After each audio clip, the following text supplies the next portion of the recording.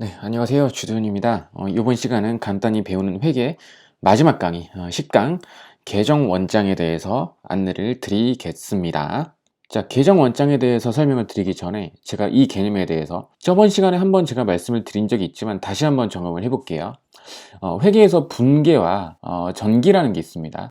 지난 시간까지 배웠던 거는 제가 분계 위주로 설명을 드렸던 거예요. 차변과 대변을 분계장에 기록하는 거를 우리가 분계라고 하죠. 그래서 분계 내역은 보통 분계장에 기록한다. 차대변 내용을 명시해 놓은 분계장에 기록한다 라고 보시면 되겠고요. 그거를 분계에서 끝내면 안 되고 반드시 전기라는 과정을 거쳐서 그 분계 내용을 각 계정별로 총계정 원장에 그 내역을 옮겨 적어야 돼요. 그래서 분계라는 거는 분계장에 적는 거고 전기라는 거는 총계정 원장에 적는 거다라고 보시면 되는데, 이렇게만 말씀드리면 좀 내용이 어려워 보일 수 있어서 제가 예시를 이렇게 적어놨습니다. 자, 이걸 보시면 바로 이해가 대번에 되실 거예요. 자, 분계는 차변, 대변의 계정 과목과 금액을 적어서 내용을 적는 걸 우리가 분계라고 했었고 지난 시간까지 배웠던 거죠. 자, 분계가 끝나면 우리 계정 원장이 있습니다. 그 계정 원장이 어떤 건 외상 매출금에 대한 원장이 있을 수도 있고 어떤 건 상품 매출에 대한 원장이 있을 수도 있고 그런 거죠. 그래서 원장은 계정별로 있는데 그 계정 원장에 대한 그 분계 내역을 그 계정 원장에 이렇게 쏙 집어넣는 거예요. 그러니까 외상 매출금 관련 분계 내역은 차변에 외상 매출금 지금 100만 원 이렇게 적었던 분계 내용이 있죠. 그거는 외상 매출금 계정 원장에 이 차변에 똑같이 적어 넣는 겁니다. 우리가 보통 이걸 T 계정 원장 이렇게 부르죠. 그래서 여기다가 1월 19일에 외상 매출금이 100만 원 생겼다 이렇게 그 내용만 이렇게 계정 원장에 적어 놓는 거예요. 그걸 우리가 전기라고 하는 겁니다. 자, 그래서 이 예시는 우리가 상품 매출이 있었다. 그럼 상품 매출이 있으면 차변의 외상 매출금, 자산 계정 과목 늘어나고 대변의 수익 계정 100만 원 상품 매출이 늘어난 거 이걸 적었었죠. 자, 그렇다면 나중에 그 회사한테서 저 회사한테서 우리가 돈을 통장으로 받았다라고 하면은 또 분기가 이렇게 들어가겠죠. 차변의 보통 예금 늘어났으니까 100만 원 적어 놓고 그리고 대변의 외상 매출금을 적어서 차감시키죠. 또 100만 원을 적어 놓습니다. 자, 이렇게 돈을 받았다. 그때는 또 전기가 일어나겠죠. 외상 매출금 계정 원장에 이건 바로 제가 직전에 분기했던 거 전기를 했던 거 외상 매출금 100만 원 차변에 들어갔었고, 자, 오늘 돈을 받았으니까 대변에 외상 매출금 100만 원이 기록된 게 또 여기에 쏙 들어가는 거예요. 계정 원장에 대변에 한 번 더 들어가는 겁니다. 그래서 외상 매출금은 차변에 잔액이 누적이 되는데 결국에는 차변에 100만 원, 그 당시는 잔액이 100만 원이었고, 자, 오늘자로 외상 매출금 돌려받았기 때문에 대변에 100만 원 들어가서 외상 매출금 잔액은 오늘자로 0원이 되는 거죠.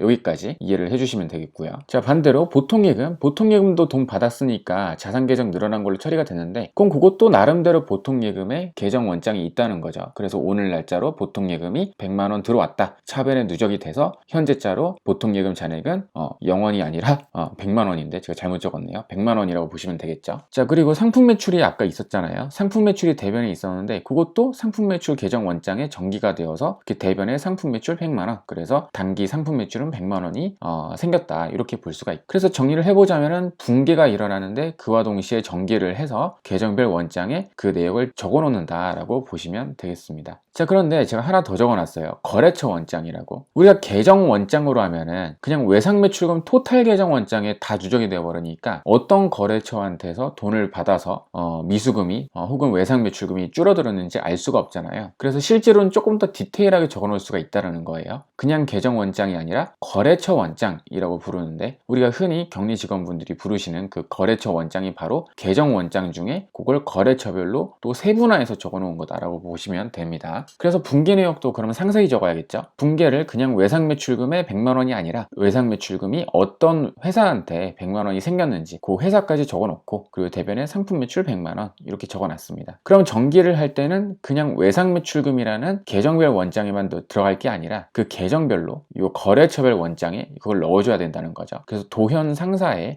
대해서 외상 매출금이 100만 원이 생겼다. 그래서 도현 상사의 계정 원장의 외상 매출금 잔액은 100만 원이다 라고 기록을 해놨고, 나중에 도현 상사한테서 돈을 받았을 때는 분계 내역을 적을 때 차변의 보통예금 100만 원, 그리고 그 보통예금도 통장별로 봐야 될 필요가 있다면 요 중간에 쏙 집어넣는 거죠. 우리은행 통장이라고 쏙 집어넣었고, 대변에 외상 매출금이 줄어들었는데 그게 도현 상사한테서 받은 게 줄어들었다 이렇게 거래처를 명시를 해놓고, 그럼 전기를 할 때도 도현 상사 거래처 원장에 이렇게 대변에 100만 원 받았으니까 외상 매출금이 줄어들었다 라고 적어서 외상 매출금 잔액을 떨어뜨리는 거죠. 그럼 100만 원이 0원이 되는 겁니다. 그리고 보통예금도 보통예금 그냥 토탈 계정 원장에 집어넣어 버리면 이게 어느 통장에 잔액이 누적되는지 모르니까 이렇게 우리은행 통장이라고 명시를 해놓고 그 우리은행 통장에 원장에 들어가는 거죠. 보통예금이 100만 원 들어왔다. 그래서 현재자로는 보통예금 잔액이 100만 원이다. 이렇게 잔액을 통장별로 확인을 할 수가 있게 되는 겁니다. 자, 이렇게 해서 정리를 해보자면 회계 처리할 때 첫 번째는 분계가 있고 두 번째는 전기가 있다. 정기를 해서 우리 계정별 원장에 그 내역을 적어놓는 것이다 라고 보시면 되겠고, 필요한 경우는 거래처별로 혹은 통장별로 계정 원장을 세분화해서 적을 수도 있다 라고 정리를 해주시면 되겠습니다. 자, 그래서 조금 더 첨언을 해서 정리를 해볼게요. 요즘은 그 분계만 해주시면 사실은 전기와 원장 관리는 ERP가 알아서 다 해줘요. ERP라고 부를 수도 있고 회계 프로그램이라고 부를 수도 있습니다. 그래서 실제로 우리는 분계 정도만 해주면 되는데 어떤 ERP든 분계장과 총계정 원장이 무조건 있습니다. 여러분들이 뭐 더존이라는 프로그램을 쓰시든 뭐 이카운트를 쓰시든 아니면 뭐 여타 뭐 다른 새로 나온 프로그램들을 쓰시든 다 분계장이랑 총계정 원장이 있어요. 그런데 이름은 달라도 분명히 있어야 돼요. 그게 없는 프로그램이라면 쓰면 안 되는 거죠. 그건 프로그램이 아닌 거죠. 회계 프로그램이 아닌 거죠. ERP라고 볼 수도 없고 반쪽짜리 프로그램이라고 보시면 됩니다. 그리고 간단히 배우는 회계 시리즈를 마치면서 10강에 거쳐서 마치면서 마지막으로 하나 더 정리를 해보자면 회계의 시각을 갖자라는 겁니다. 우리가 회계를 배우는 이유가 업무를 보기 위해서도 아니고 뭐 이걸 공부해서 자격증을 따기 위해서도 아니고 그냥 누구나 회계를 배울 필요가 있고, 그걸 배울 필요가 있는 이유는 회계의 시각을 갖기 위해서예요. 회계의 시각을 그렇다면 왜 가져야 되느냐? 회계의 시각을 가지지 못하면 우리가 회사를 다니든 사업을 하든 혹은 내가 돈 관리를 하든 세금 관리를 하든 나는 뚜렷하게 그거를 관리를 할 수가 없어요. 이건 정확하다고 생각합니다. 여러분들이 만약에 스마트 스토어에 입점해서 사업을 한다라고 생각을 해볼게요. 이게 어디서부터 어떻게 진행이 돼야 될지 회계를 아는 사람과 회계를 모르는 사람은 그 속도감에서 이미 차이를 느끼게 됩니다. 내가 내 사업 관리를 하는데 지금 내가 하고 있는 이 행동이 어떤 모듈에 들어가는지를 제대로 파악을 할 수 있으려면 회계부터 배우고 시작을 하는 게 맞다고 봐요. 모르고 시작하면 그냥 닥치는 대로 부딪히면서 언젠가는 회계가 필요하겠네 하면서 그때그때 다시 배워서 또 정리를 하게 되겠죠. 그렇게 하는 것도 일종의 방법이 되겠지만 언젠가 시행착오에 부딪힌다는 겁니다. 끝까지 회계를 모르고 사업을 하시는 분들도 있어요. 끝까지 회계를 모르고 사업을 하면 굳이 돈을 아껴서는 안 될 부분에 아끼게 되고 돈을 아껴야 할 부분에서는 또 안 아끼게 되는 이상한 사태가 벌어집니다. 그러면 사업이 제대로 진행이 될 수가 없게 되는 거죠. 그래서 그렇게 시간 낭비를 하지 않고 돈 낭비를 하지 않으려면 여러분들이 회계의 시각을 갖고 시작하는 게 맞다고 생각을 합니다. 여기까지 마치겠습니다.